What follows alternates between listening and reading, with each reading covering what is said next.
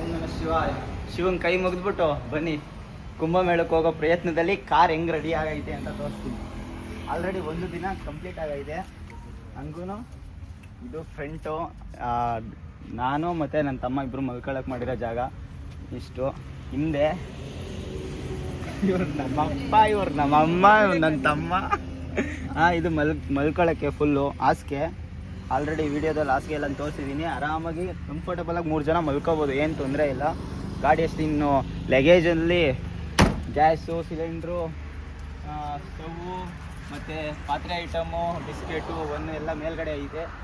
ಎಲ್ಲಾದರೂ ಊಟ ಮಾಡಬೇಕು ಅನ್ಸಿದ್ರೆ ಡೈರೆಕ್ಟು ನಿಲ್ಲಿಸೋದು, ಟಾರ್ಪಲ್ ಹಾಸೋದು. ಈ ಥರ ಬ್ಯೂಟಿಫುಲ್ ಪ್ಲೇಸ್ ಕಂಡಾಗ ನಿಲ್ಲಿಸೋದು, ಟಾರ್ಪಲ್ ಹಾಸೋದು, ಅಡುಗೆ ಮಾಡಿಕೊಂಡು ಅಲ್ಲೇ ಯಾವುದು ಹೋಟ್ಲು ಗಿಟ್ಲು ಏನೂ ಇಲ್ಲ, ಕರ್ನಾಟಕ ಸ್ಟೈಲಲ್ಲಿ ಊಟ ಮಾಡಿ ನಿದ್ದೆ ಮಾಡಿ ರೆಸ್ಟ್ ಮಾಡಿ ಗಾಡಿ ಹೋಗ್ಸೋದು. ಇನ್ನು ಸ್ವಲ್ಪ ದೂರ ಅಂದರೆ ಒಂದು 600 ಕಿಲೋಮೀಟ್ರ್ ಏನೋ ಇರೋದು ಪ್ರಯಾಗ್ರಾಜ್ಗೆ. ಹೊಡ್ತಿದ್ದೀನಿ. ಯಾವಾಗಲೂ ನನ್ನ ಜೊತೆ ಇರಲಿ, ನಿಮ್ಮ ಪ್ರೀತಿ ವಿಶ್ವಾಸ ನನ್ನ ಮೇಲೆ ಹೀಗೆ ಇರಲಿ. ಬಾಯ್.